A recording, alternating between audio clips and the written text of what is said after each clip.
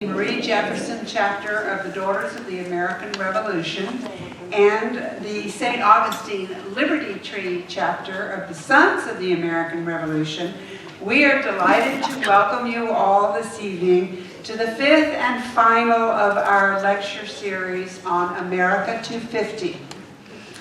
I would like first, if I may take a few minutes of your time to tell you a little bit about these three organizations that are hosting the series for us. They are all well known in St. Augustine for their decades of work for the historic preservation of our nation's oldest city.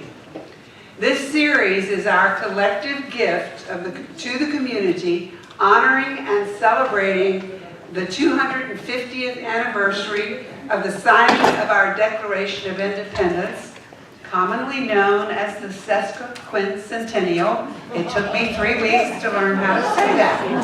Thank you. So the other's longer, but this one's harder. It is made possible by the funding from the Florida Department of State, Division of Arts and Culture, Preservation 250th Grant.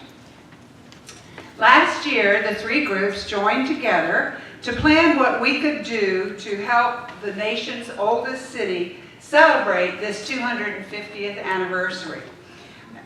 This series, which I know several of you have been to most or all of the lectures, is one of our results. But there were other things that we wanted to accomplish. We wanted to highlight the need for preservation of our nation's historical sites so that many more generations to come will be able to learn and experience the lives and beliefs of our forefathers and foremothers whose heroic efforts gave birth to the freedoms we hold dear today. The Maria Jefferson chapter of the DAR was founded in St. Augustine 128 years ago, just this past March 26th, where we actually celebrated that as we had a lecture that evening. They are a volunteer group dedicated to service. Their mission goals include historic preservation, education, and patriotism. They support our troops, first responders, veterans, Wreaths Across America, and Veterans Village. They helped preserve the city gates and historic cemeteries, and they celebrate Bells Across America on Constitution Day. They present scholarships and awards to youth and citizens in our community. The DAR are direct descendants of patriots who helped create our nation during the American Revolution. The Sons of the American Revolution also has long exhibited its historic and community commitment. Among many patriotic events, the SAR is especially involved with the Liberty Tree Project.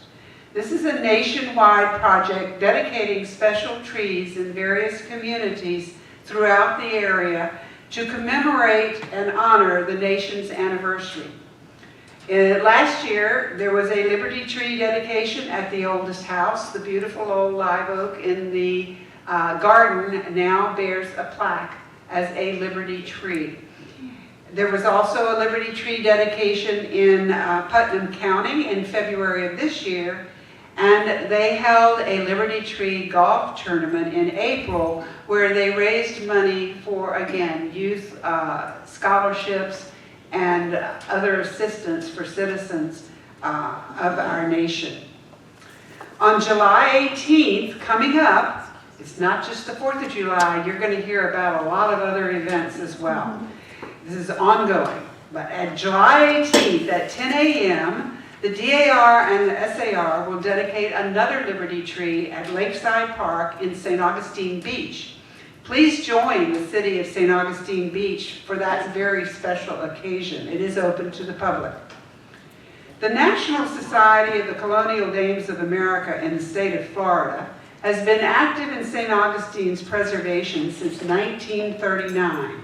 Their missions as well are historic preservation, patriotic service, and historic education. Our projects, and I say our because I am a colonial dame as well, Our projects have concluded helping to save the city gates, telling the stories of the Castillo de San Marcos on historic plaques, purchasing, renovating, and preserving the 228-year-old Ximenez-Fatio House Museum on Avilés Street, which is the oldest platted street in America. And today we continue to tell the many unknown stories of its history to our countless visitors. And I will add one other thing too. This evening, we are very fortunate to have a special group of volunteers to help us host, and this is the group of volunteers that come from the Lighthouse of St. Augustine. They are those who greeted you at the registration desk and also at the tables outside with information on the Lighthouse, and we urge you stopping on your way out to check again for all the events going on there. The joining together of these three groups has resulted in a website, and it is America250staugfl.org. I know you won't remember that, but I believe it's in your program. And it is a calendar of events for all that is going on in 2026. But I would like to urge you to keep in touch with that website, because we will continue beyond 2026 to commemorate other events. It was only a beginning that the Declaration of Independence was signed. Our war lasted for a number of years, and we hope to commemorate, as the years go by, other events which are maybe less well known and hardly recognized, and yet they were a great part of the establishment of our nation. This evening, I'm very pleased to invite you all to two very exciting upcoming events. On July 8th, 2026, the DAR, assisted by the SAR and the Colonial Dames, will present a special historic event evening at the Ximenez-Fatio House courtyard at 20 Avilés Street. Please join us for a worldwide synchronized reading of the Declaration of Independence.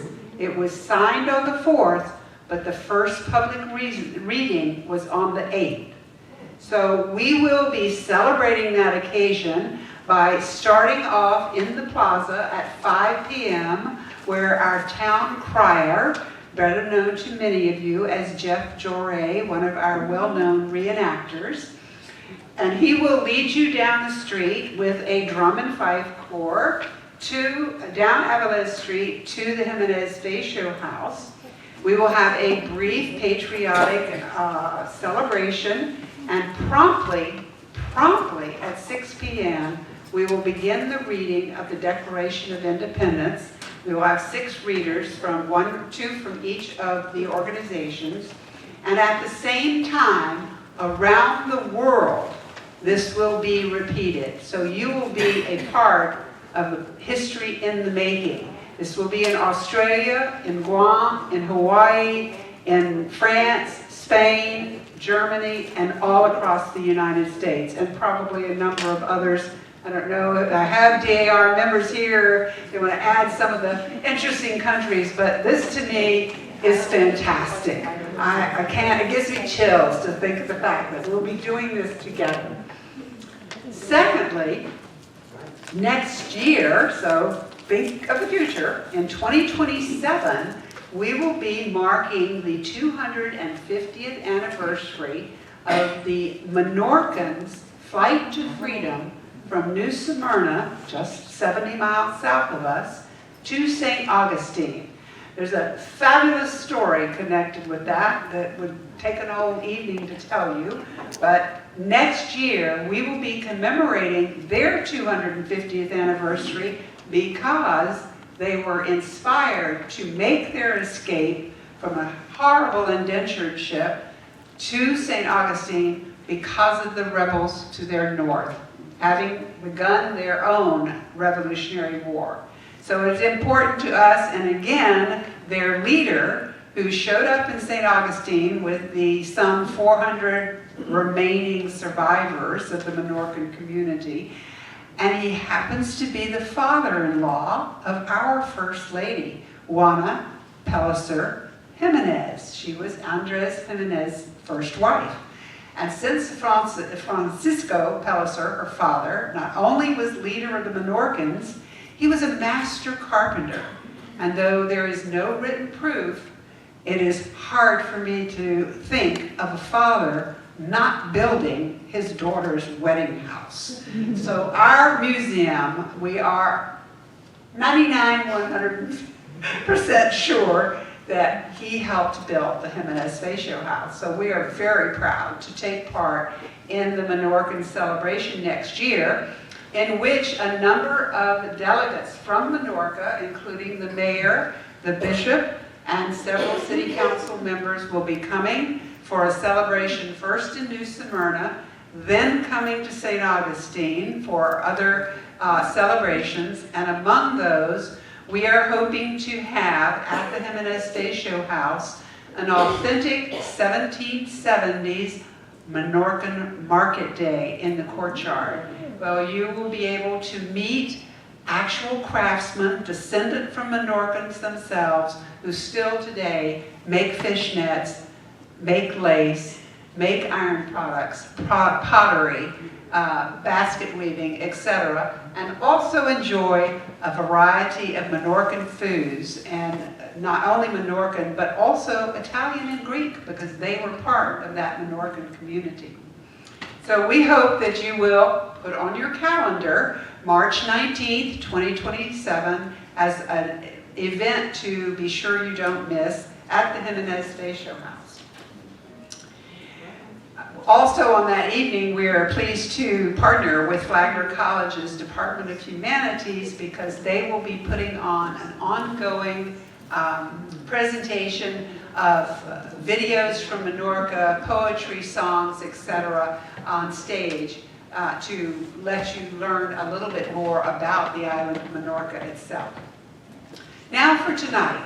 Our series has been focused on the 5 ethnic groups living in St. Augustine during the Revolution. Technically, we were not a part of the Revolution, but oh yes, we were. Our lecture series hopefully has provided some new stories and information, and tonight you will learn more of the amazing unknown adventures of the significant impact Florida did have on the Revolution. Your program contains details of all our speakers. Tonight, we will hear about the British Loyalists and the American Patriots who spent much of the year together here in St. Augustine. It is my honor and pleasure to welcome tonight's presenters, Jay Smith, Grants and Development Manager at the St. Augustine Lighthouse, and Chuck Meide, Director of LAMP, the Lighthouse Archaeological Marine Program. Thank you both for sharing time with us.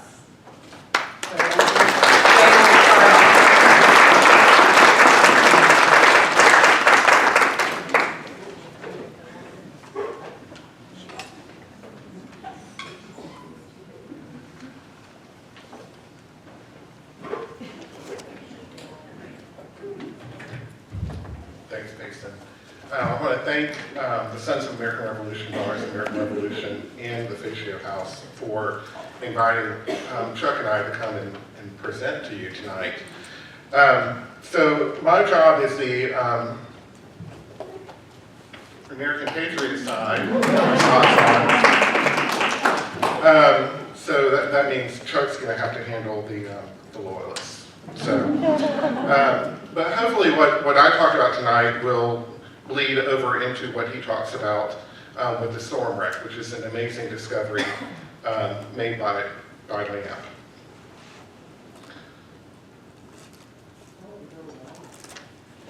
It would not be a presentation without me having some sort of technical problems. There we go.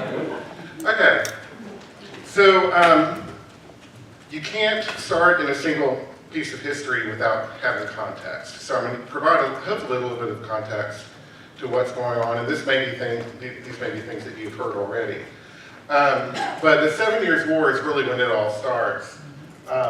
You'll notice that before 1754, there's this green blob in that map that seems to just kind of disappear after 1763. And that green blob is France. So the dark blue encompasses the little peninsula of Florida. So East and West Florida were one colony under the Spanish, but then Britain comes along and divides it between West Florida and East Florida.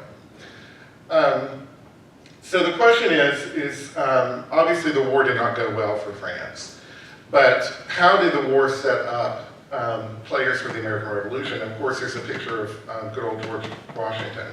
So a lot of these soldiers, both on the British side and on the American side, saw battle during the French and Indian War, or the 7 Years' War, as they called it in Europe. And it prepared them for this conflict that we're talking about tonight. 1763, Britain now has the portion of what they called Indian Territory, or the Northwest Territory, which was over the Appalachian Mountains.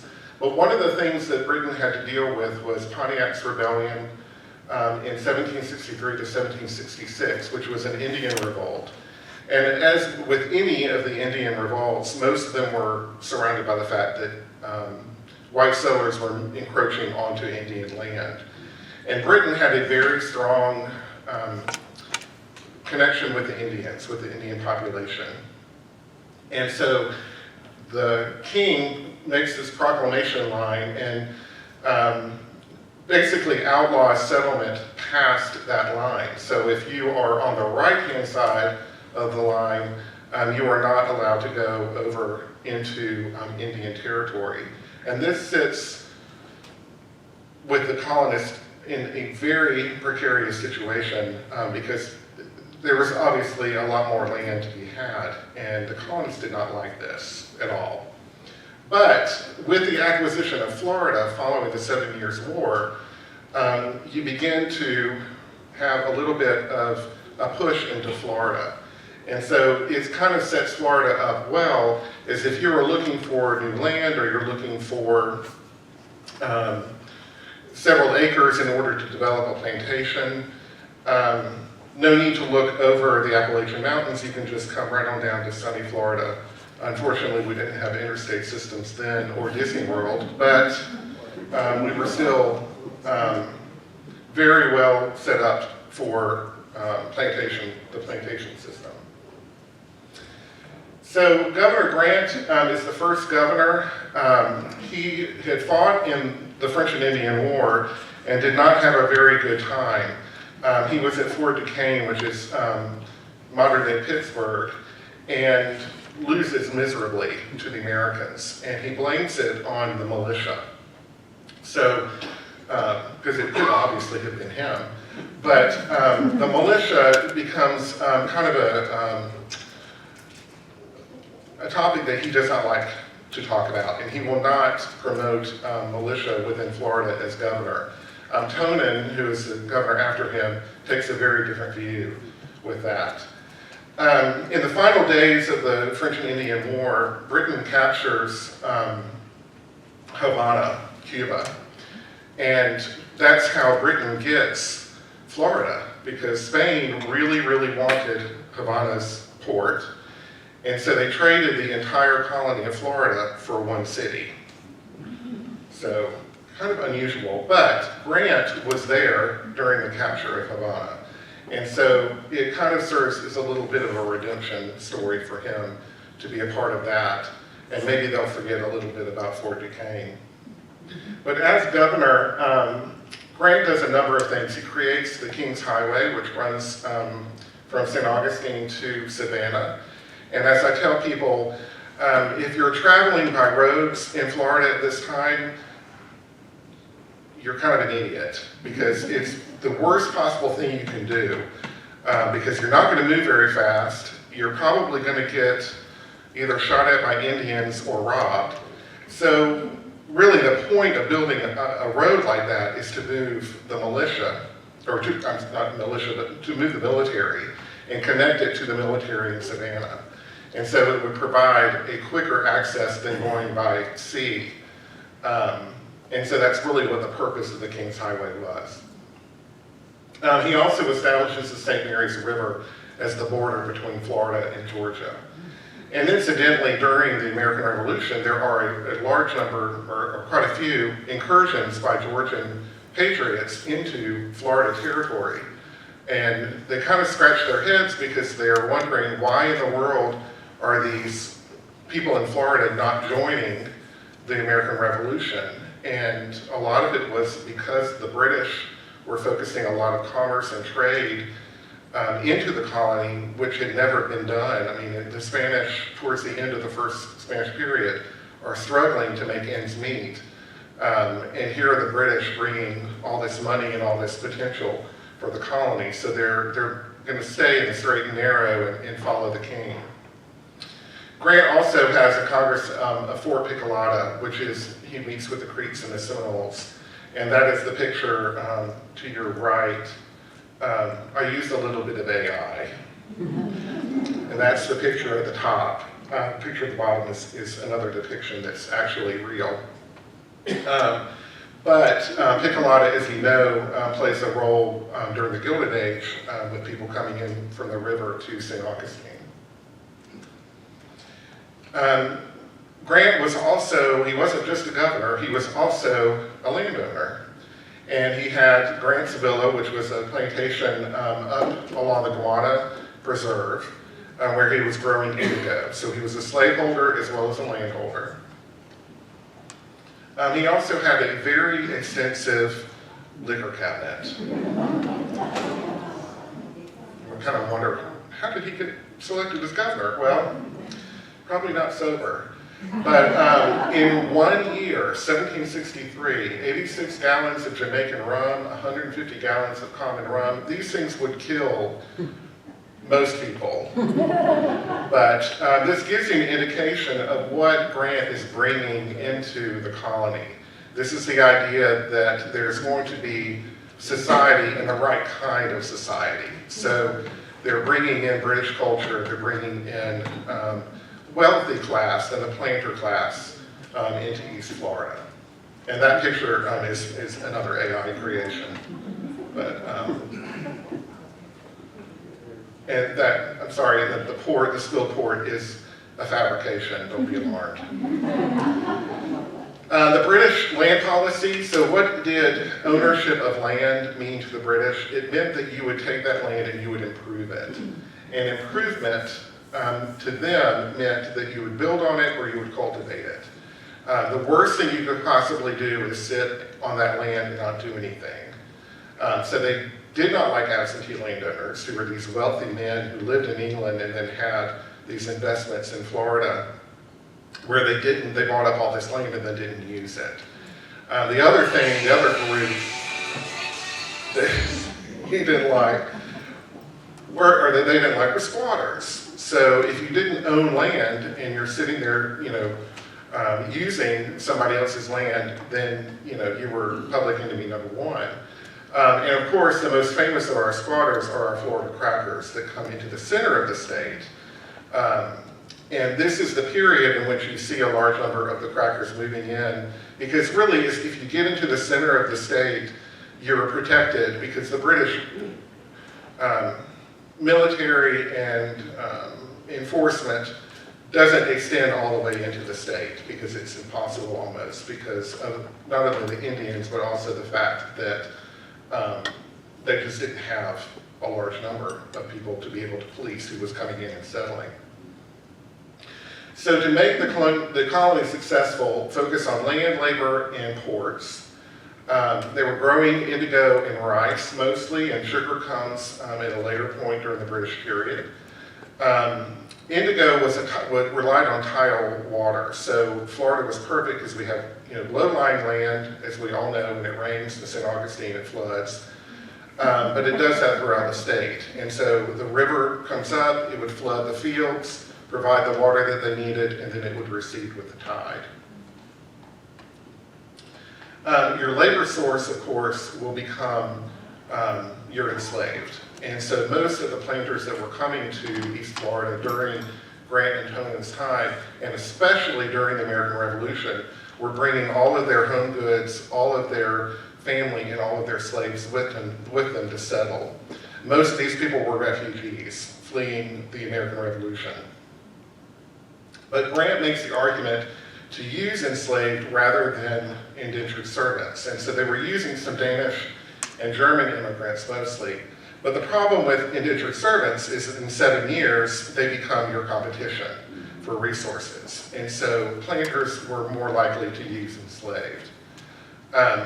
They were perceived to be more immune to diseases and to the hard work and the harsh conditions of working in Florida, which there's no mosquito control. So you can imagine how much fun that would be. It's cheaper to house enslaved men and women. Grant uses their villages in Africa as an example of their lower cost of living. I won't say anything about that. And they have permanent status. Them and their children will always be enslaved. Emancipation laws are becoming much more strict. And so the ability for a master to free his slaves becomes harder. And then a lot of them bring agricultural expertise with them. A lot of them are growing rice in Africa. And so depending on the region where you would pull your enslaved men and women from, they may actually have the know-how to do what you needed them to do. And of course, Grant always makes the argument that they're renewable resources because they have children. And those children are going to be born with the status of their mother, which is usually enslaved.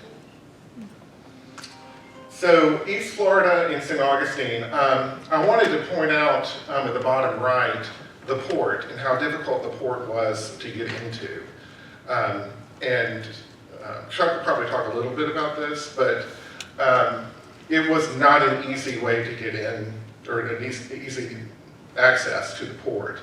It was like an S-shaped, and we had these sandbars that made it very difficult for ships to get in. The British liked big ships. They had probably the best navy in the world at the time, and they would try to bring these big ships into St. Augustine, and they just couldn't do it. They couldn't cross the bar. So they would have to unload. They'd send out ships to meet these larger ships and unload them slowly and bring the people and the goods into the town. And so they learned over time it just was not going to support these large ships. Within East Florida, they had a population of about 3,000 people. And that's in East Florida, not just St. Augustine. So you're not talking about a lot of people. Can you imagine just having 3,000 people in St. Johns County? Unbelievable. So at this transition point, the Spanish are leaving, the British are coming in, and so it's complete chaos. Spain had not invested a lot in St. Augustine, so a lot of the buildings were crumbling. There was no newspaper, so if you wanted news about what was happening in the world, you had to wait for that newspaper from Charleston or Savannah, which could be weeks late. Chuck, I did say job security for land under the Treasurer's Board, so hey. And then what's the rule about nature in Florida? If you visit Florida, you have to assume everything in nature is trying to kill you. And then you'll have a good time. And that's about true, unfortunately. Most of the houses were one story. They were not these two or three story homes that the British bring in. But a lot of the homes from like Charlotte Street was considered the business district, so there were stone houses, and then as you move further back, later into the Menorcan Quarter, a lot of those homes were wooden. So Tonin comes in when James Grant has to give up his governorship due to health reasons, which, based on the alcohol consumption, I can't imagine why. But Tonin is a very controversial figure. He's very much about protection. From a military standpoint, he and the military commander in St. Augustine do not get along because Tonin wants the military to report directly to the governor rather than to the military commander. And so he creates the East Florida Rangers that were basically a militia group that reported directly to Tonin, and there were quite a few arguments between himself and the military commander. But he comes to St. Augustine, takes a look at the governor's house, and is like, I'm not living in that. So he decides to move into the Pena Peck House, which did not have a second floor at that time, but it was very well situated in the middle of town. He also has a very good relationship with the Seminole chief living in Alachua County. His name was Cow Killer, is that right? Hang on. Cowkeeper. Was it Cowkeeper? Yeah. Sorry, I'm drawing a blank. And I've moved past all of my slides because I can't shut up. Yes, Cowkeeper, sorry. Drew a blank. Anyway, as I mentioned, during the American Revolution, Georgia had several incursions with their patriots and the militia into Florida. They were repelled, but it does not mean that Florida did not have its share of Revolutionary War battles, just not the big ones that we always talk about and hear about. So Tonin, neither Grant nor Tonin activate the assembly. And so one of the arguments that they have is Andrew Turnbull, who is in that picture, which is another AI on the left.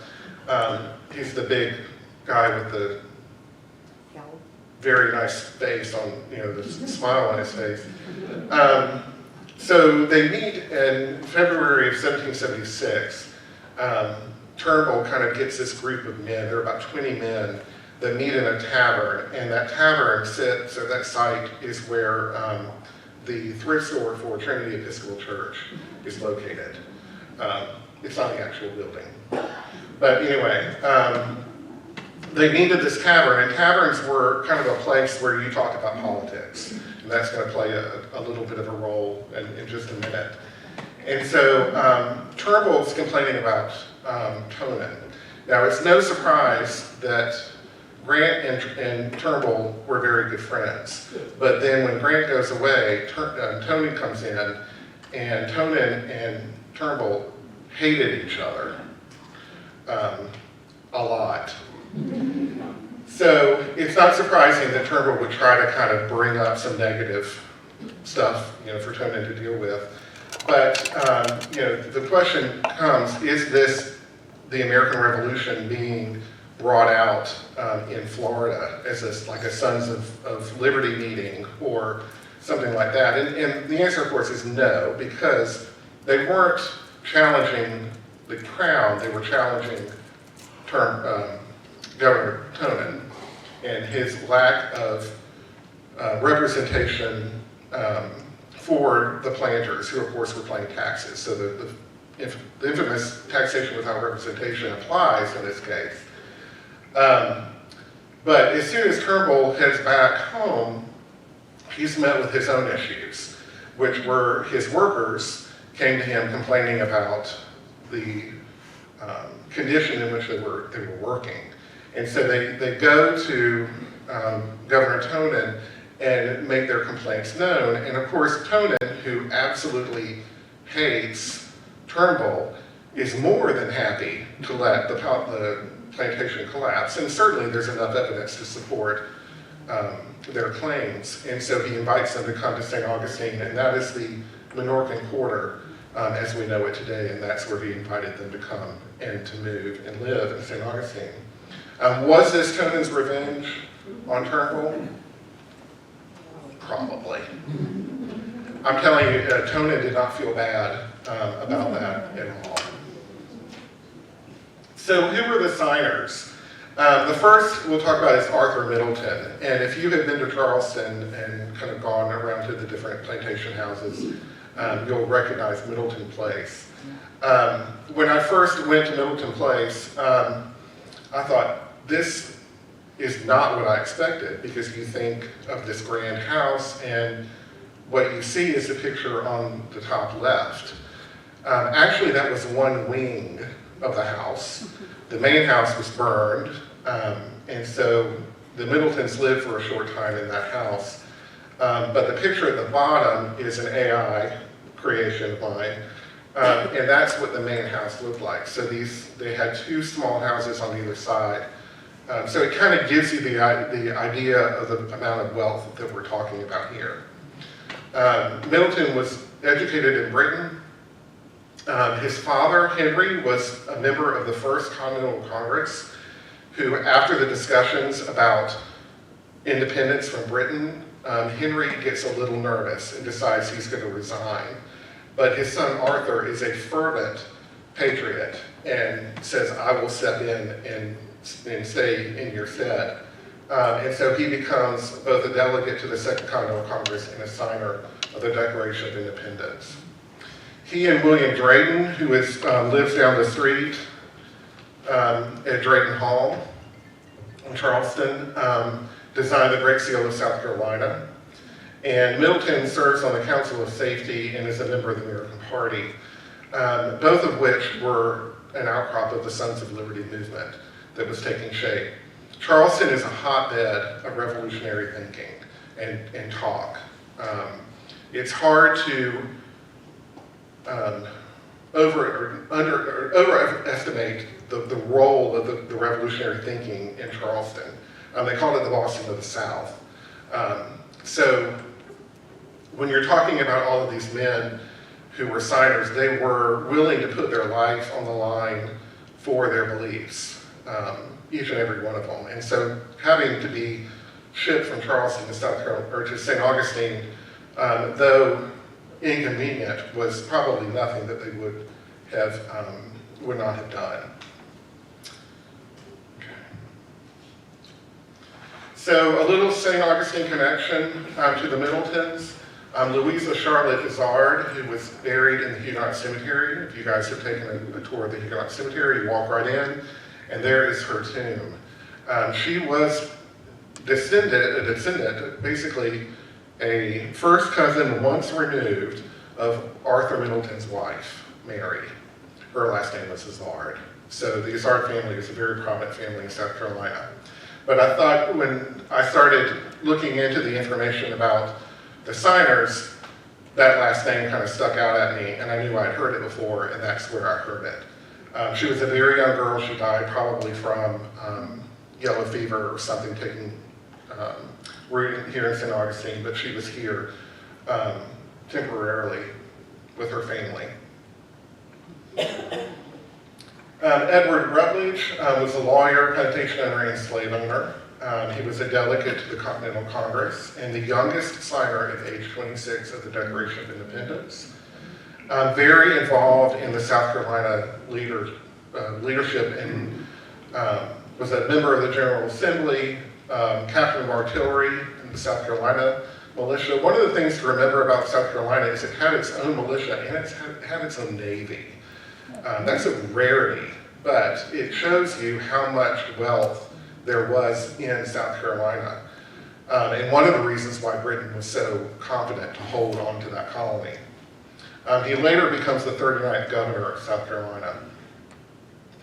His law partner is, of course, a Pinckney. Eliza Lucas Pinckney was the person who brought indigo to South Carolina, and so a very prominent family. And he also marries Arthur Middleton's sister, Henrietta. He was a lawyer, so he studied law, and that is a picture of his house in Charleston in the city. So a lot of these men had homes in the city and then plantation homes outside of the city. And the idea was during the malaria season, you would get out of Charleston and go to your plantation home. Thomas Hayward Jr. Was a member of the Continental Congress. He was the last delegate to sign the Declaration of Independence. I think he was just probably a procrastinator. I don't think he had any second thoughts. But he was also a signer of the Articles of Confederation, which is a little unique, I think. He was a judge, plantation owner. He incurred loss of his enslaved. So when he was captured and taken to St. Augustine, the British confiscated his property and sold his slaves and sold them to plantations in Jamaica, which would have been a lot more harsh than what they were facing in South Carolina. And so at the end of the war, he files for his losses from his enslaved. And so for that, they refer to him as the martyr of the Revolution.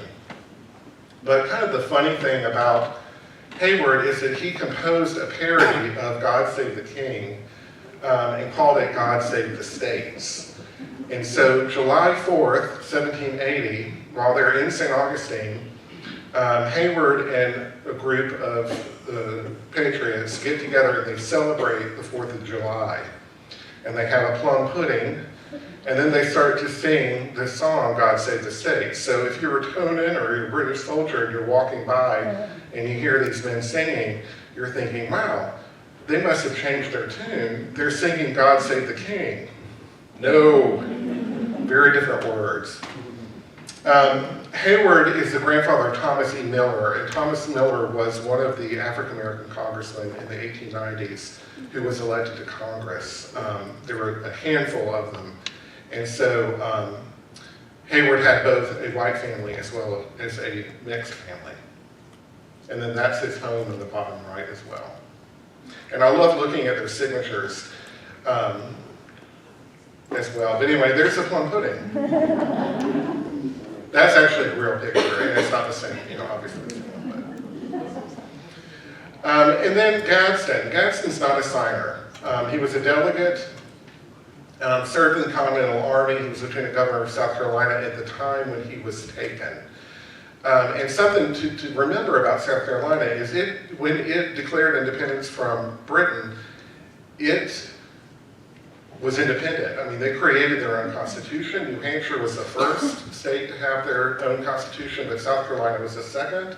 And so they had a governor, they had a lieutenant governor, they had formed the assembly. They did everything like a normal independent state would have done. And it was a functioning government. Unfortunately, as we'll see, they were not victorious every time on the battlefield. He believed in gradual emancipation, and his father had served in the Royal Navy and was a customs collector in Charleston, which would have been a very lucrative job.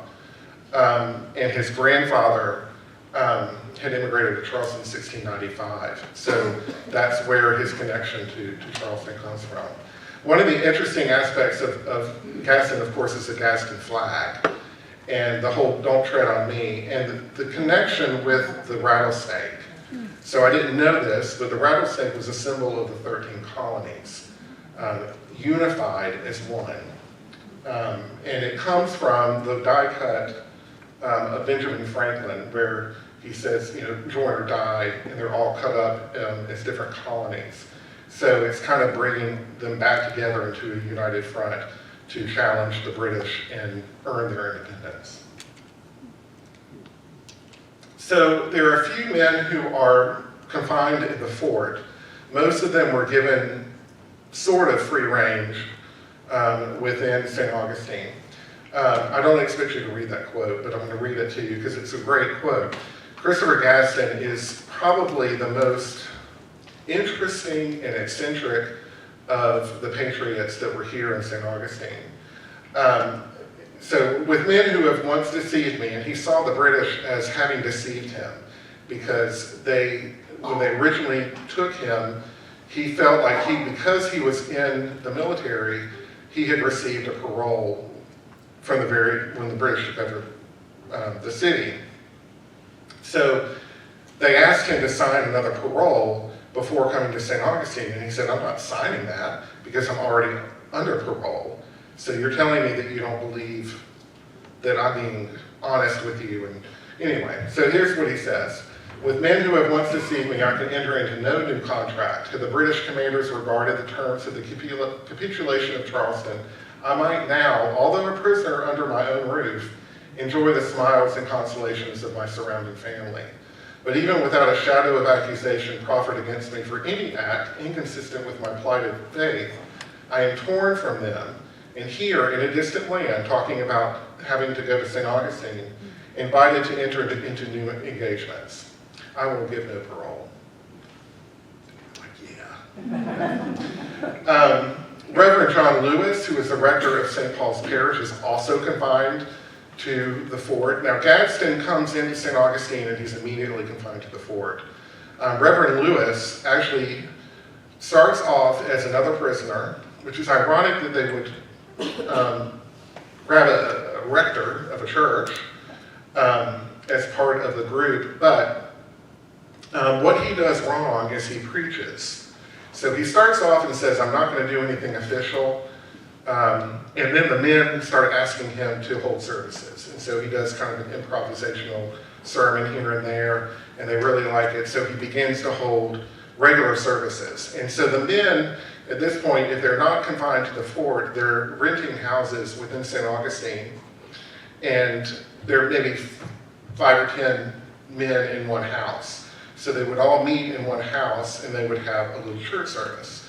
His problem was that he picked scripture that Patrick Tonin thought was a little bit more racy than he should have talked about, especially when it comes to the position of the British.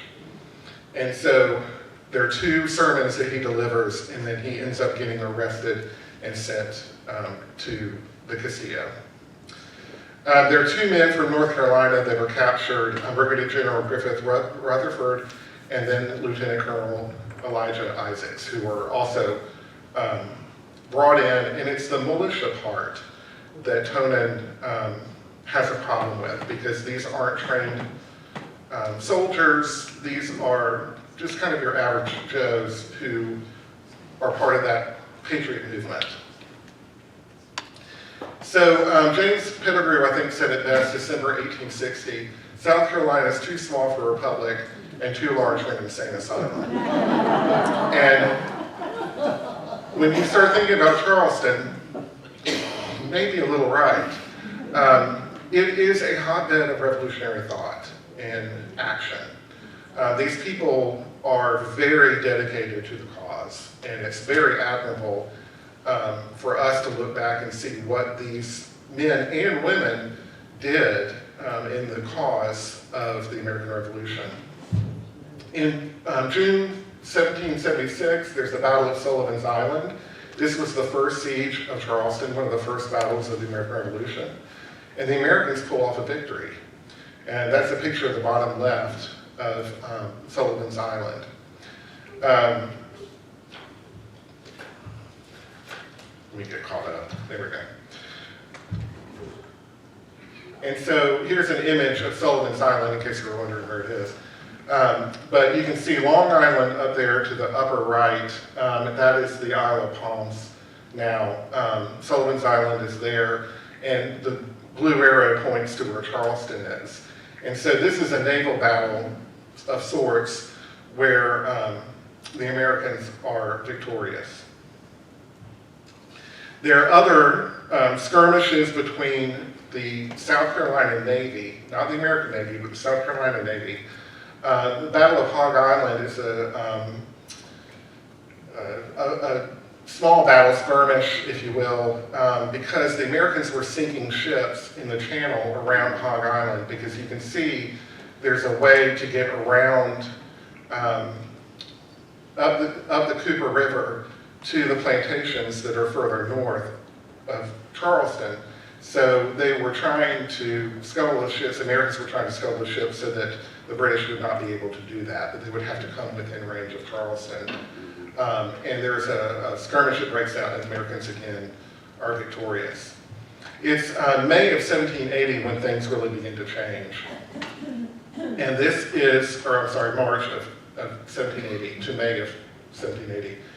And this is when the British really do attack Charleston in force. In the north, they had been focused on a northern strategy, and they met with defeat after defeat. And so they decide to scuttle that program and focus on the southern colonies. And so, of course, Charleston, South Carolina is the first place they can think of because of the minority of the Patriots' success and, what am I trying to say? The support for the American Revolution. And so after about 6 weeks, Major General Benjamin Lincoln, who is pictured there, surrenders his forces to the British. And it's one of the worst military defeats in American history. And it's really not even, we're not even a country really yet. And so the first thing that they do is they put everybody under parole. And when I talk about parole, This is basically like an honor system, that you agree that as you are captured, you can go about your life as normal, as long as you don't share military information or try to disrupt the military in any way, or launch protests or burn down buildings and stuff like that. Then you're okay. But this is Charleston, so they don't play games with the British. And so, of course, by June 3rd, the British rescind most of the paroles and require people to swear an allegiance to Britain. And a lot of the residents of Charleston agree to do this, especially after August of that year in the Battle of Camden. Camden was where, it was in North Carolina. It was very close to the Americans were watching this very closely and wanted, obviously, for an American victory, because it would mean that most likely Charleston would be freed. However, in Camden, the American army is defeated, unfortunately. And so you can imagine the collective sigh of despair that a lot of Americans felt. But a lot of these people were trying to go on with their lives. They were merchants, they were tradesmen, they were trying to sell their goods, and this provided, the British trade provided a great opportunity. And then in August, you have a new commander coming in, a new British commander, who really, really hated the American Patriots, and he was ready to really enforce control on Charleston.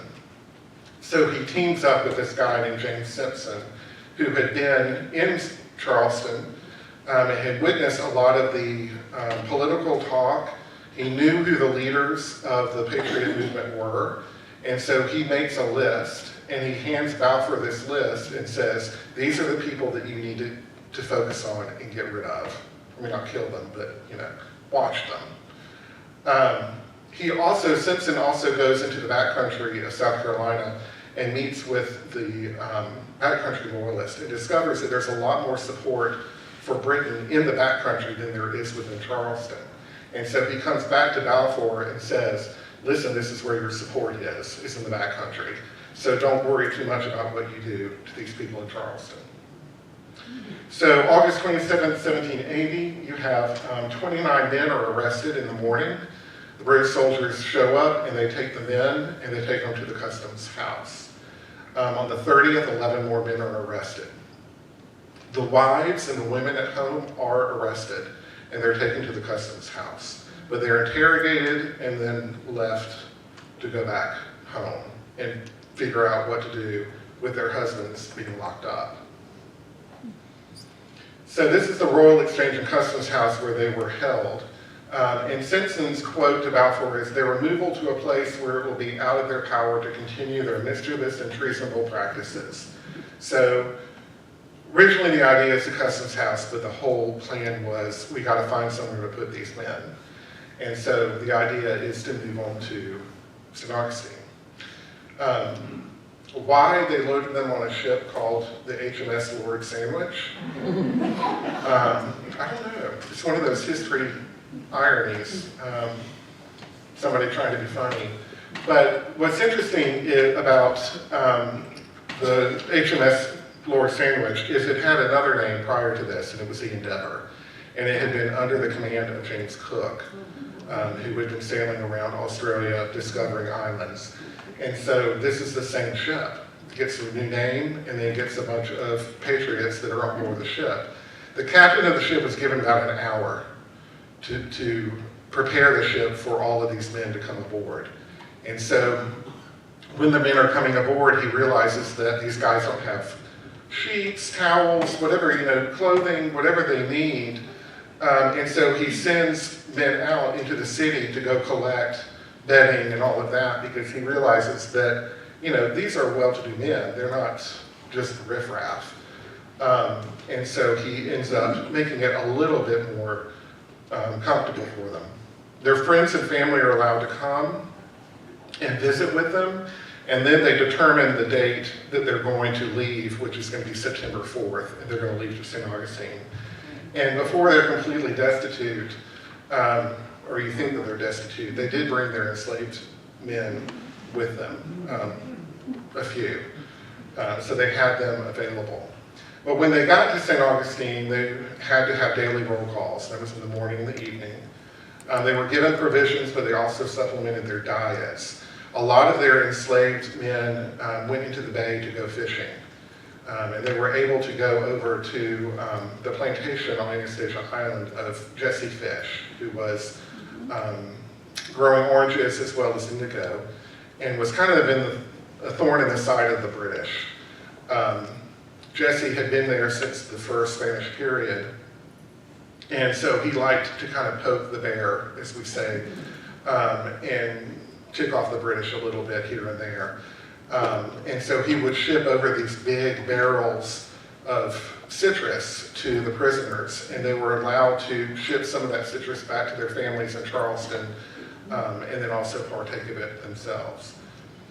The thing about taverns, Tonin said you can't go to taverns. You can't be around the drinking. 2 reasons. One, loose lips sink ships. You never know once you start getting some ale in you what you're going to talk about. And so they didn't want soldiers blabbing anything to these men. But the other thing is that most of the bars and taverns were located around the military institutions, either by the barracks or by the fort. So it was a proximity thing too. They had limited access to the city, and I think I have a map. Yes, I do, about that. And I'll show you that in just a second. But as I said, most of them rent quarters in the city, which they set up these houses. And the servants were there to help them. They were able to send letters back and forth to Charleston. Of course, their mail was read. And in some cases, they got into trouble for some of the things that they had written in their letters because they didn't, quite honestly, follow along with the rules. And they divulged some things that the British probably weren't very happy that they were divulging. But the red box shows you, excuse me, the area in which they could go. So on the south end, it's about roughly Bridge Street. The north end would have been Hippolyta, or Hippolyta, depending on how you say that. West would have been, of course, the water, and then the east side would have been St. George Street. And so this was where they had access. Obviously, it keeps them away from, in the south, the barracks, and in the north, the fort. So they weren't able to observe anything and report back. Jesse Fish, our friend that I was just talking about, orange grower, indigo planter, merchant, with a company out of New York called the Walton Company.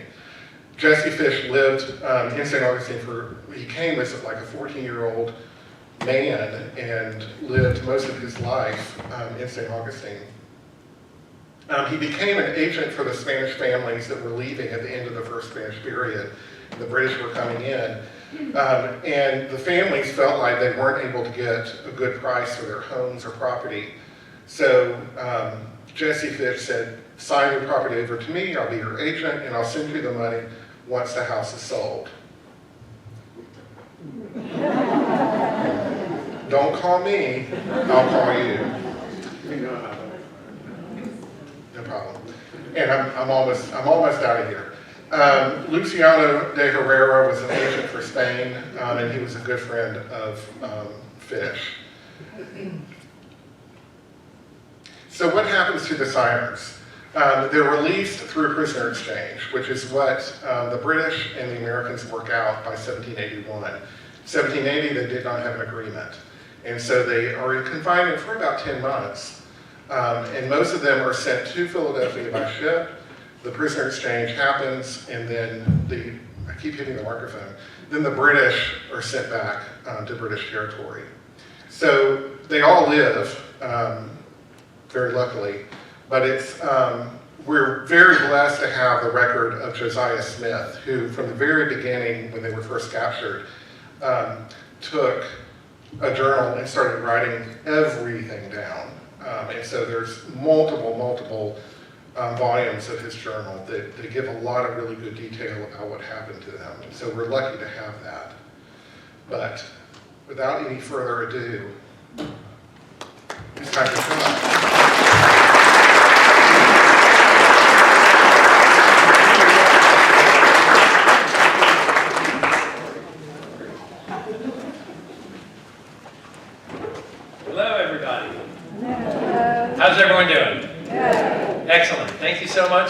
coming, I'm going to talk about the Loyalists who are coming in to St. Augustine during the American Revolution. And specifically, I'm going to be talking about a shipwreck that was part of a fleet that was carrying Loyalists from Charleston, which was a hotbed of revolutionary activity. And so a lot of these people that were loyal to King George, towards the end of the war, when it was clear that the rebels or the Patriots were going to win, many of them felt their lives were in danger. It had gotten pretty ugly there. And so you had an influx of Loyalists really from the very start of the war coming into St. Augustine. Dr. Roger Smith's research suggests that we went from around 3,000 people living in St. Augustine at the start of the war to as many as 30,000 people at the end of the war. So there was a lot going on. That made St. Augustine, which was a colonial backwater, become the size of Boston and Philadelphia almost overnight or within a few years. So there were some pretty crazy things going on. We had a very dangerous inlet, as Jay pointed out, and so we have at least one shipwreck that has survived, has been discovered by the archaeologists at LAMP, which is the research arm of the St. Augustine Lighthouse and Maritime Museum. And so I'm going to talk some about shipwreck archaeology, how we find shipwrecks, how we excavate them, especially in the challenging conditions here in St. Augustine, and then you're going to see a lot of the stuff that these Loyalists were bringing with them when they were at a really challenging part in their lives, and that's what this shipwreck is really, it's just been such an amazing shipwreck for an archaeologist to work on a refugee ship from a war-torn country and people who faced some of the hardest decisions in their lives, and we were getting some insight into that. So, I'm going to start my story with this guy. He's German. His name is Dr. Johann Schepf. He was one of the Hessians in the British Army that the Patriots, Americans, couldn't stand. He was an army surgeon, so he was a gentleman from Bavaria. He traveled around at the end of the war to different surrounding colonies and what would be states, and then he wrote a book about it, published in 1788. And he has an entire chapter on his visit to St. Augustine, which is a great read. But I like it especially because he paints a very lurid picture of how dangerous it was to get into St. Augustine. So it gives us an idea why there are so many shipwrecks here. So he writes, the sandbar before St. Augustine is unquestionably the most dangerous.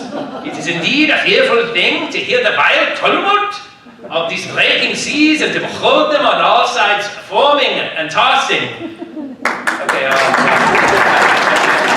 going to wake everyone up. I'll probably spare you the German accent from here on. It has become so common at St. Augustine to see ships aground on this bar. Disasters of the sort have almost ceased to arouse sympathy or wonder. After the surrender of Charleston in 1782, within 2 days, no less than 16 vessels bearing refugees and their effects went to pieces here, and many persons lost their lives. Spoiler alert, we have found one of those shipwrecks.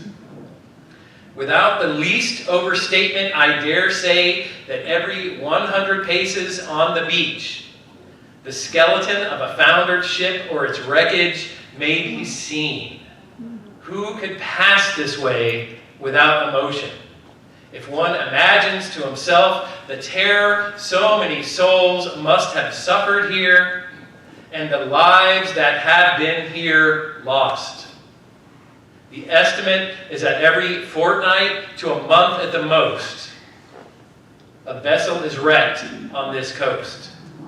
Should the sea withdraw after centuries, it would be an astounding thing to come upon the relics of these ships.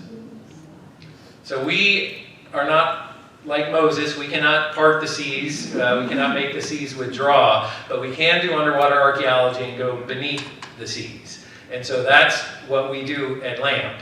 And that's how we discovered one of those 16 ships. So how do you find a site underwater? It's not easy. This is not the way. If you had to literally swim the entire search area, that's a vast amount of the ocean. So we have to be a little smarter about it. We want to narrow down our search area. We want to understand how the coastline has changed. Fortunately, St. Augustine has a series of maps that go all the way back to the 16th century when Francis Drake attacked. These you see here, 1741, 1765, 1809, so in between these two is the time period we're looking at. And you can see there's a lot of change. So the modern map, we have Conch Island here, or Anastasia State Park. If you go back a little bit in time, that's not even there. So that started when they started dredging in the 1940s. So there have been a lot of change, and we use that to kind of narrow down our search area. Here's a map, 1783. This is very close to the time of our shipwreck, which is December 1782. Now this map is oriented as if you were approaching St. Augustine by its front door, which back then was from the ocean. So instead of north being up is the shore, as if you were coming from the water. So north is to the right here, and you can see that here's the Castillo, the lighthouse is here, the old lighthouse, not the present day one. The way to get in is to thread the needle between those sandbars that you see there. That's easier said than done, and so X sometimes marks the spot in archaeology. That's where all of our shipwrecks are, in that narrow area between the north and the south breakers. We don't have a rocky coastline here, we don't have coral reefs here. What kills our ships, historically especially, is the sand. So the sandbars shift around every time we have a nor'easter, the channel moves, or the sandbars move, and you would need a pilot to guide you in, and if you didn't have a pilot, if you'd been out at sea for a while, you could be in danger if you were trying to get in without a pilot. And even if you were a pilot, sometimes there are accounts of those guys wrecking as they were going out to guide ships in, so it's pretty dangerous. So once we've defined our search area, we use remote sensing equipment. So that's some pretty high-tech stuff that you see here. This is a side-scan sonar, so we tow that torpedo behind the boat or to the side of the boat, and it puts out sound waves, hits the seafloor, bounces back, and the computer interprets those and shows us an image of the seafloor. So this looks like a shipwreck. It is. This is a Confederate ironclad at the bottom of Mobile Bay, so it's not anywhere near here, but such a great image. It gives you a feel for what you can see with the side-scan sonar if you have wreckage sticking up out of the sand. And in Mobile Bay, much like St. Augustine waters, it's really black. So divers could swim around and you'd have to bunkate your head into this shipwreck, which I have literally done, in order to find it. But this can help you find things a lot faster. Now, if your shipwreck is buried, like the storm wreck was, like really all of our colonial shipwrecks off St. Augustine have been, you have to use a magnetometer. So that's another torpedo you tow behind the boat. It is collecting information related to the Earth's magnetic field. We can take the numbers it's spitting out at us along with the GPS, because we need to know exactly where it is when it's telling us what the magnetics are. We can make a contour map of the magnetics. So that's this guy here, and where you see the orange and yellows, that's a spike in the numbers, and where you see the blues, that's a drop in the numbers. And if you have a spike and a drop right next to each other, that's a good spot to look for a shipwreck. Shipwrecks mess with the magnetic field. They warp the magnetic field because they have iron on board. So in our case, we had a bunch of cannons. Sometimes you have anchors. You have nails that are holding the ship together, things like that.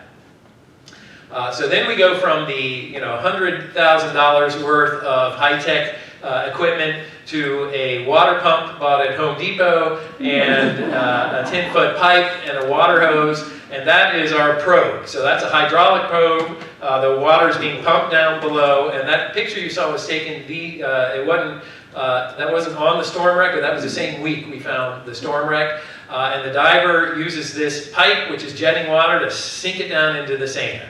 So I was the diver that day. I sunk that pipe in, just manhandle it down, it's jetting water out, but it's not quite as easy as a hot knife through butter. And I got that 10 feet deep and hit nothing. And I was like, okay, great, it's gonna be one of those days. And I pulled the pipe up, moved over a meter, bam, right into something. It turned out it was a cauldron. It was a wooden plank with a ballast stone stuck to it. It was several concretions or iron objects that were rusted over. You can see the smile on my face is because even when I was underwater, I was feeling in the dark, totally blind, but I could feel wood, I could feel stone, I could feel iron. Then I felt this big round iron object that was the cooking cauldron. I knew we had to have a shipwreck. And that cauldron dates at least to the 1800s or earlier. So then we came back in 2010. We were lucky to have the research vessel Roper on loan from the Institute of Maritime History, and we began to excavate. We try to excavate with the same precision that we do on land, so we set up grids. On land, you can set up strings on nails. Underwater, you have a surge that's throwing you this way and throwing you this way. And so you need something sturdier. So those PVC grids you can hold on to if you need to without messing up your grid system. We try to record as best we can, given the conditions. So as long as we can see a bubble level, we can record elevations and see how deep the diver has dug. If we can see again, we can use clipboards and an underwater paper, a mylar, a plastic paper, and pencils work just fine underwater. And so we can record almost to the same precision if we have a little bit of visibility, which we do not always have. The pictures you're seeing here are literally the very best days that we have of visibility. So usually we don't even bother taking the camera down with us. We do not dig with shovels, rarely with trowels. This is a dredge hose that you see here. And the diver is holding that. The water pump you saw before is powering that dredge hose. It's creating a suction, and the diver is sucking up all the sand in our 1 meter square grid. And this is an iron cauldron. You can see it's covered with that lumpy, bumpy concretion, which is what happens to iron in seawater over the centuries. This is the other end of the dredge hose, so everything the diver's sucking up gets spit out at the other end. The diver ideally doesn't suck up any artifacts, so we can draw the artifacts in place and we can create a plan view, a map of everything we find. But sometimes you can't see anything and it's easy for small finds to get sucked up. So we have 2 sets of mesh bags attached to the end of the hose. You can see the sand cloud spitting out, and then a whole bunch of shell hash with some sand and mud gets stuck in there. We have volunteers back at the Lighthouse who will sort through this stuff. This is Ed Coward, so he started volunteering in his very first week volunteering with us. He's sorting through this shell hash from the storm wreck, and he finds a gold coin, dated 1776. Pretty good year for the American Revolution. So anyway, that guy's volunteered like every week, like clockwork, since. He's one of our most loyal volunteers. We collect sediment samples, which is also done by archaeologists on land, and we'll sieve through these bags of sand and finally, increasingly fine meshed sieves. And then we usually have a specialist look at the tiniest things, and we find all kinds of tiny little things like bug parts that have survived. These are critters that were on the shipwreck, ants and beetles, and things that would have been infesting the food supplies and infesting cargo items like hides or leathers. They would have had bugs all over them. We have a mouse toenail, all kinds of crazy stuff. Yeah, no, it's archaeology. It's pretty cool stuff. We find other kind of food remains. We find botanical remains. So you can see an olive pit and a peach pit. So these are actually from a different 1700 shipwreck than storm wreck, but it's just amazing that they survive. And we've heard a lot about Charleston and Savannah. They grow a lot of peaches there. They were our biggest trading partners in this time period. We had these cultural connections with Charleston and Savannah throughout the history of St. Augustine. So I'm going to talk about the storm wreck.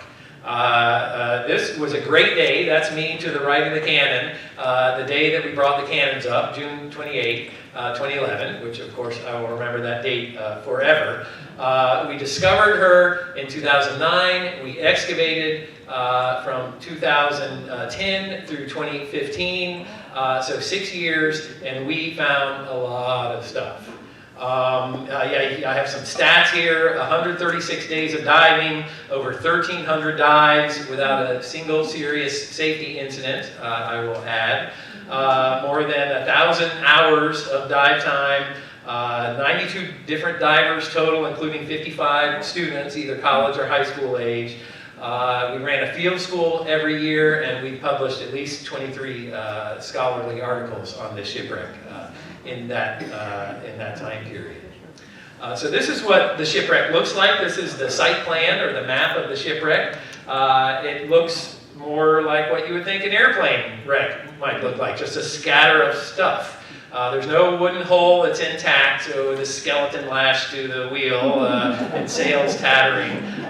We have objects, the ship broke apart after it ran aground on the sandbar. The pieces ended up in the sand, the ones that didn't float away, and iron pieces grew into concretion, so you got this rusty stuff like you can see on the ship's bell here. And so we just mapped all this out. So this is the total area that we dug, 1 square meter at a time, and exposed all of those objects. This is just an example of some of the underwater drawings that we did do. These are some of the cannons that you see here. Now these are a little more fancy representation of the shipwreck. This was done by National Geographic when the National Geographic channel came out in, I think, 2020 and did an episode on their show, Drain the Ocean. So this is what our shipwreck would have looked like if you could magically make the water disappear. And they were great, Drain the Oceans. They were constantly emailing me and asking if things looked accurate. You can see one of the cooking pots here. This is a lead deck pump. There's all kinds of cool artifacts. Here's the pile of cannons. But that's probably more or less what it would have looked like. It was all buried when we first found it, but we did have a day where some of the sand moved, and that's how we discovered the cannons and the ship's bell, believe it or not. Our divers were down, and it was, the visibility was better than it had ever been. The diver came up and said, "Oh my gosh, I can see 10 feet down there." We were like, "What? That's crazy." And he said, "Yeah, there's like 5 cannons and a ship's bell down there." And I was like, "Are you joking?" And this was Sam Turner, for any of you that know Dr. Turner. And Sam said, "Yeah, I'm joking." And he had this big smile on his face, like the Cheshire Cat. And I'm like, "You're not joking." And he's like, "No, I'm not joking." And so that opened up a whole other chapter. We came back the following summer and raised the cannons. We brought the bell up that day. Unfortunately, didn't have a date on it. This is just a typical day of bringing concretions up. So these are what these things look like. Some of them are very heavy. This was a big barrel of nails. That was really heavy. Some of them are small artifacts. So this is Brendan Burke, my colleague, who's now the state underwater archaeologist of Virginia. A pewter doesn't form a big heavy concretion on it. Copper doesn't. So if we have a brass shoe buckle or something like that that happens to be by itself, we can find that just sitting on the bottom. But if it's near something made out of iron, it gets subsumed in that rusting corrosion process that takes the minerals from the seawater and forms an incrustation. And of course those things, so you can see on the cauldron, this is the first cauldron that I found the day I was probing. It's just lumpy, bumpy, and we have to x-ray it so we can see things like pistols or the oldest barbecue grill in the state of Florida. And you can see the tea kettle here is covered in concretion. So anyway, we've been bringing up a lot of artifacts in 2010 and 2011, and we are beginning to think that we're beginning to look at some historical research to try to figure out what shipwreck we have. This is before we found the gold coin, actually. We thought the cannons gave us the best shot at giving a date. This is a carronade. It's a pretty high-tech weapon developed during the American Revolution. And indeed, it had a date, 1780. So this was the first date. It wasn't too much longer than we got the second date, which was 1776. The 9P stands for 9-pounder. It fires a 9-pound cannonball. That's the caliber. It even had a serial number on the other side of the gun, of the carronade. And we had a student who went to Scotland, to the National Archives there, and there's our number right there, 34478. So it was one of 17 carronades that were 9-pounders that were made by the Carron Iron Company in Scotland. So we're beginning to get a paper trail and narrow down the date range. And all the artifacts we found, they're really looking 18th century. They're really looking 1700s and maybe late 1700s. Then we get these dates that push us to the late 1700s. So we think we've got something in the maybe last 2 decades of the 1700s. And we made a list of potential suspects, late 1700s and early 1800s, but we keep coming back to these 16 unidentified Loyalist vessels. The Rattlesnake was a British gunboat, a galley that sank with them. And so we think we probably have one of these Loyalist vessels. Everything we're finding, it certainly looks like it could be. The question is, how can you tell someone's politics 240 years later, after they're gone? How can we tell from someone's stuff if you're a Loyalist or a rebel? Because they're both Americans. The Loyalists were Americans, the rebels or the Patriots were Americans. Today, in election year, I can tell who my neighbors want to vote for because we show with pride flags and yard signs. But what could we find from 237 years ago that would tell us where someone's loyalty lay? Well, it came in the smallest of packages. Though it's larger than life on the screen, but that's a button that's only this big from a British military uniform. It says RP, and it has a crown. A crown speaks to loyalty to the king, but the RP those were units in the British Army that were known as Royal Provincials. So they were Americans loyal to King George. So they were literally wearing their loyalty on their sleeves. And we found a button from one of those uniforms on our shipwreck, and we were like, hallelujah, we got to have one of these ships. Now, we were like, okay, to be fair, it's kind of circumstantial evidence. It's just one button. Then we found another button. That one had a 71 on it. That's from the 71st Regiment. They were a Scottish regiment, and we could track their movements through history. They were in Charleston. The fleet, they boarded on December 18th, 1782, the fleet that evacuated Charleston, the same fleet that lost 16 ships off St. Augustine. So that we consider the smoking gun. We found more RP buttons. There's our Scottish Highlander there. They fought at the Battle of Yorktown. They fought in a lot of important battles. We also found another Loyalist button, the 3rd American Regiment, the 63rd Regiment of Foot, and the 30th Regiment of Foot. The only time in history all of these British units were in, now we don't know with all of the generic RP units, but with the 3rd American RP unit and the other numbered units, the only time in history they were all in the same place was on December 18th, 1782, when they disembarked from Charleston on that fleet that lost the 16 ships here off St. Augustine. So that's pretty solid evidence. Now we don't know the name of our ship, but we kind of know everything else about it. In 2013, I went to London and did research in the archives and found a lot of information. This was a massive effort. Really, the American Revolution was truly a world war. There was stuff going on all over the world. I was finding letters that had been written in New York to places as far away as Quebec and Jamaica saying, hey, we need ships to convene here in Charleston. We need all the ships we can get because we have a massive amount of people. We need to evacuate soldiers and civilians who have proven their loyalty to the king. And you can see more than 11,000 people were evacuated. This was from Charleston, so it would be the surrounding area as well, North and South Carolina and Georgia. The final fleet had one group of ships going to England, one that had left a little bit early going to Halifax, one going to New York, which was still under British control. They would be re-evacuated. One coming to East Florida, one group of ships coming to East Florida, 8 ships, 29 going to Jamaica, 5 going to St. Lucia. I found actual pages listing these ships by name. So you can see here's the 63rd Regiment. We didn't know about that yet when I found this document, but I knew about the 71st. And so I was like, oh my God, we have the Sally. The 71st was on the Sally.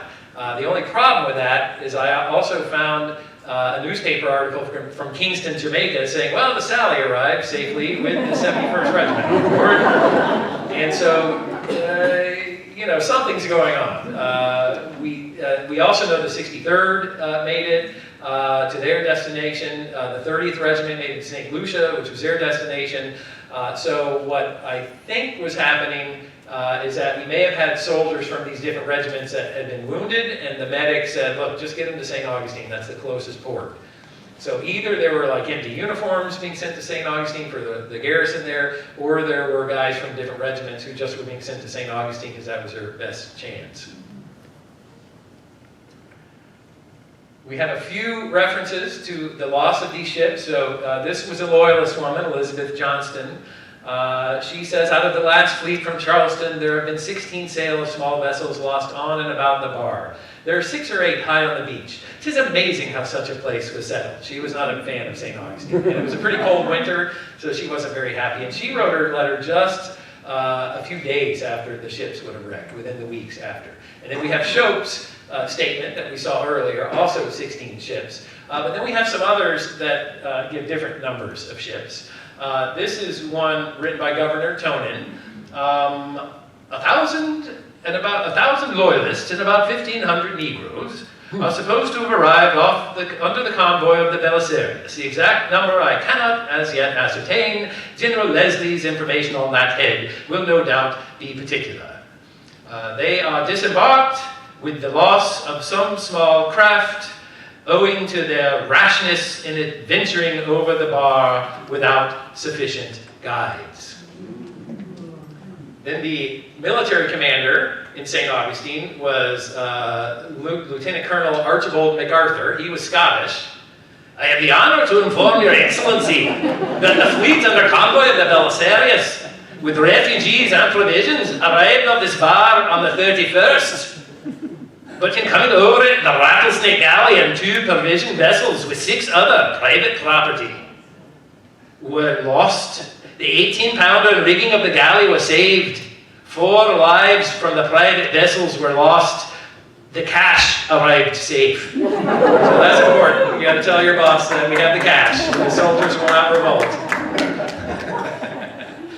Yeah, it's fun. Archaeology is fun. Okay. So we have different accounts on the numbers of ships that wrecked, but you know, there's a lot of fake news, especially in the 18th century. And I think probably the military commanders are concerned with the number of ships that were under contract by the military, and there were probably a lot of civilian vessels, merchant vessels, that were sailing in addition. Because the safest way to leave Charleston, if you were a merchant and you owned your own ship, was to sail with a convoy. Just like World War II, when U-boats are out there, you want to sail with the convoy to protect your vessels, and HMS Belisarius is protecting the ships coming to Florida. And we know it was dangerous. We began to find military hardware in 2012. This is one of the muskets. We found 3 muskets. 2 of the 3 were loaded. So you can see, this was loaded with buck and ball, so that's 3 buckshot and 1 musket ball. This is loaded with bird shot. so tiny lead pellets. So you wouldn't normally have loaded muskets on board a ship. In fact, you know, sailors have a reputation for getting drunk, and you want to lock the firearms away unless you really were worried because it's wartime and there were rebel privateers out there. And we do know from the log of the Belisarius, which I found in England in the archives there, that there was at least one attack by privateers, and it was driven off by sailors from the Belisarius. And there were 4 other instances of sighting strange sail, which means a ship that you don't recognize, so it may be an enemy, probably an enemy. So they were armed and ready. This is another concretion, and you can see the x-ray of it, and you can see a big hook, and another gold coin was in there. There's some more of this bird shot scattered around, a big spike or a nail, and here's a small pistol. So this was a fancier pistol, maybe a gentleman's pistol, or as I have said before, it could be a scoundrel's pistol who killed the gentleman and took it off him. This could have been a civilian-owned weapon, or maybe an officer might have had a weapon like this.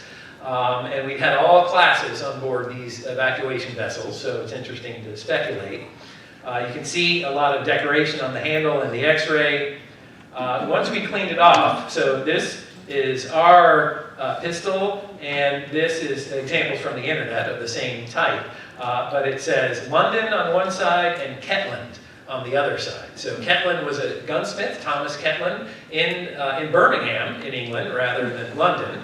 But he stamped London on his guns because they sold better. So branding was important, certainly in the 18th century, like it is today. These are the proofing marks on our pistol. Here they are, so you can see them a little better. That's TK for Thomas Ketland.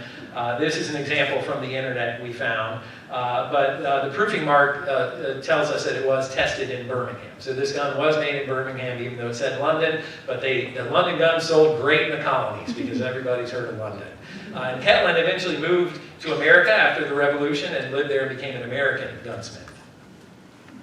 We found navigational equipment. So this is a large blown up image of a eyepiece, like you would see here or here on an octant. We had a sector rule, so this is a mathematical device. Some of you may remember slide rules. This is the 18th century version of the slide rule, and our conservators in the lab were able to clean it up so they could actually open it, and this piece slides out. So you can do trigonometry with that to determine where you are positioned, your ship, or possibly to fire artillery and to hit the enemy. This is an example of a concretion. It looks like just a big lump of stone or concrete, which is why we use the word concretion. But when you x-ray it, we see all kinds of goodies in there. What do we think this is? It looks like a little purse. Any? What, I heard someone say it. A lock. It's a padlock. So it's pretty big padlock. They couldn't make them as small as we make them today, but they made them pretty well. So that was a padlock. This is a hammer, a cobbler's hammer, shoemakers. This is a lot of nails. Now there's some stuff you can't see in here. You just can't see it very well. And for example, around the nails was a leather pouch. So we actually had the carpenter's nail pouch, which is kind of amazing. And that was a nightmare for our conservators to clean, but they're still working on that. It can take decades to do the cleaning and stabilizing so that these things can be put on display.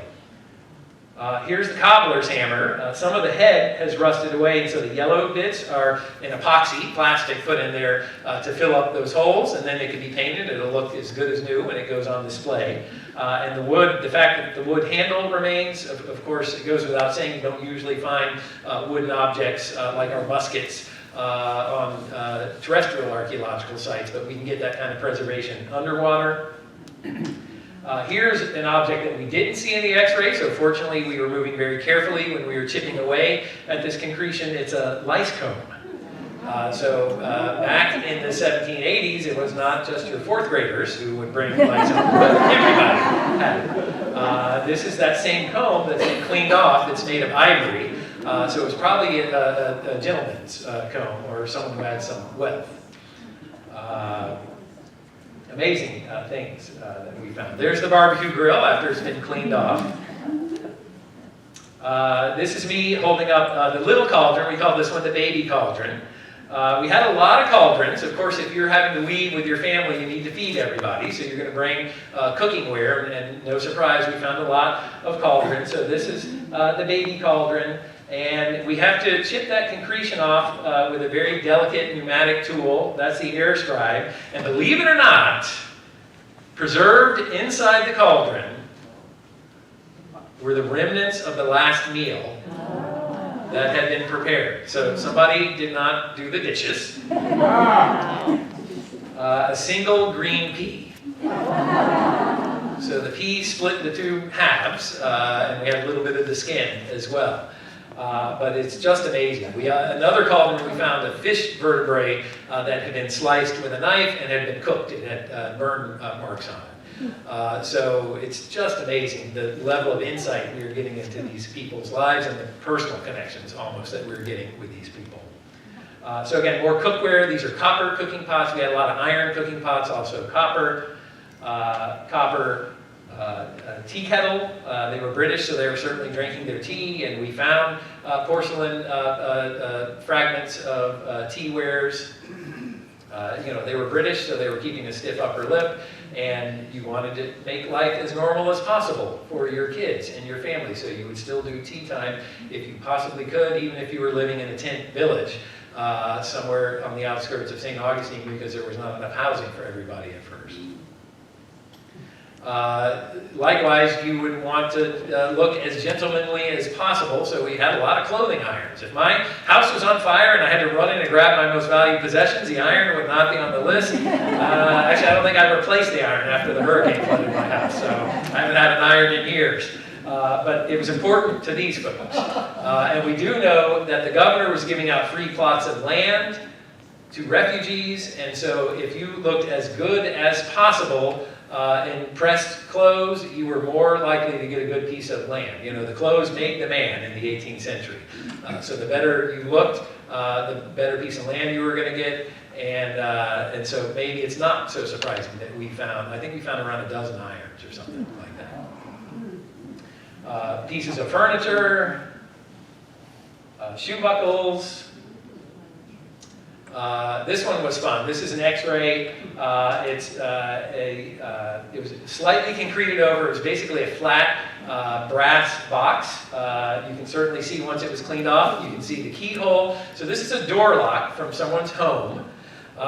We know that some people brought their entire homes with them. So there was a guy named William Curtis who disassembled his house, brought it piece by piece. He must have labeled it. So it could be reassembled. He probably had slave labor at his disposal. I can't imagine having the labor to do that otherwise. And he lost his house off St. Augustine when the ship he was on wrecked. This person had, the key was actually inside the lock. Not that you would never have the key inside the lock. That part of the lock would have been facing into the door. But this guy took the lock off his door, stuck the key in it, and then you can see some remnants of burlap or some kind of rough cloth. He had wrapped it up and probably tied it down so he wouldn't lose his key, which if you've ever moved and you have padlocks, you probably want to stick your extra keys in the padlock so they don't get separated. The reason the key is yellow is, again, it was an iron key. It rusted away, but it left a void in the concretion so we could pour that epoxy in there and make a perfect cast of that key. And then this is one of my favorites, we even found a fake watch. In the concretion, we could see Roman numerals on it going around 1 through 12. We actually couldn't make out that they were Roman numerals in the X-ray, but we knew there was some kind of writing on it. And then we saw it once we cleaned it, and we were like, oh my God, we found a watch. And then we were like, well, wait, the numbers in the hand, or the hands are cast into the pewter, so they're not moving parts. So how the heck would this thing have been able to tell time? And we did a little more research, and it turns out it was a thing to have a fake watch. So this is a knockoff Rolex of George Washington's time. And if you if you were a gentleman, you might have one watch in your waistcoat pocket with a nice chain hanging out, and then you want a chain on the other side of your waistcoat, so you would look that much more important, so you might get a fake watch. And if you weren't quite a gentleman, you might get a fake watch so you could pretend to be a gentleman. So, this shipwreck proved to be a very meaningful experience for me as an archaeologist and just as a human being. You can see that there were a lot of almost direct, tangible connections with people in the past that could be made from this. I mean, we saw the bugs that were crawling around that they didn't want to bring with them. We saw the food they were eating. We saw all the stuff they brought with them, the stuff that they chose to bring with them in one of the most challenging times of their lives, in a horrible time. You know, these people, they felt they were Americans. You know, they just, because they were loyal to the king, they didn't want to move, they had to move. And there were really horrific acts on both sides. Acts of terrorism, we would call them. And of course, we all know that Tories or Loyalists were tarred and feathered. Well, if you have hot tar poured over your head and down your back, you're going to die if you don't get a skin graft. And that has not been invented yet.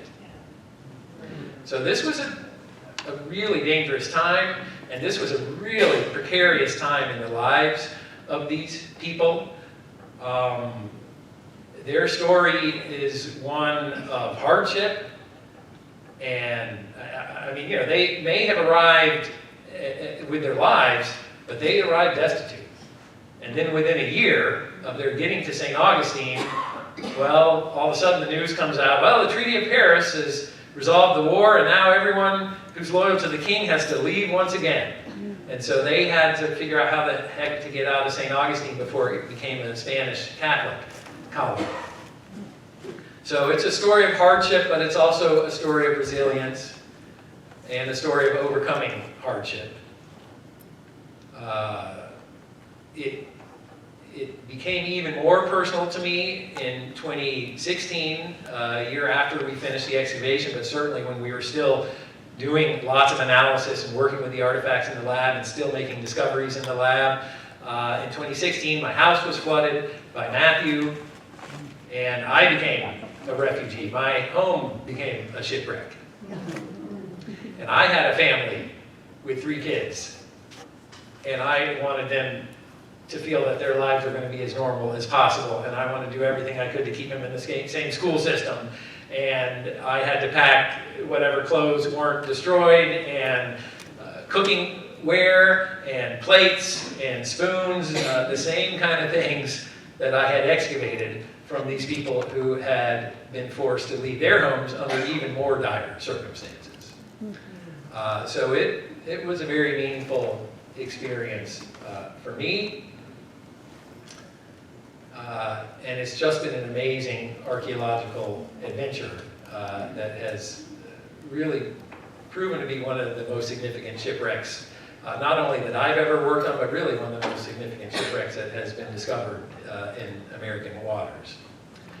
I will leave you with these words from a loyalist who made it to London. We don't know who he is. November in London. Dark, damp, heavy. No wonder people hang themselves in winter. I spend my days as in a dream, thinking of the little cottage that I left behind. We are aliens here. What I would give right now for a Carolina peach.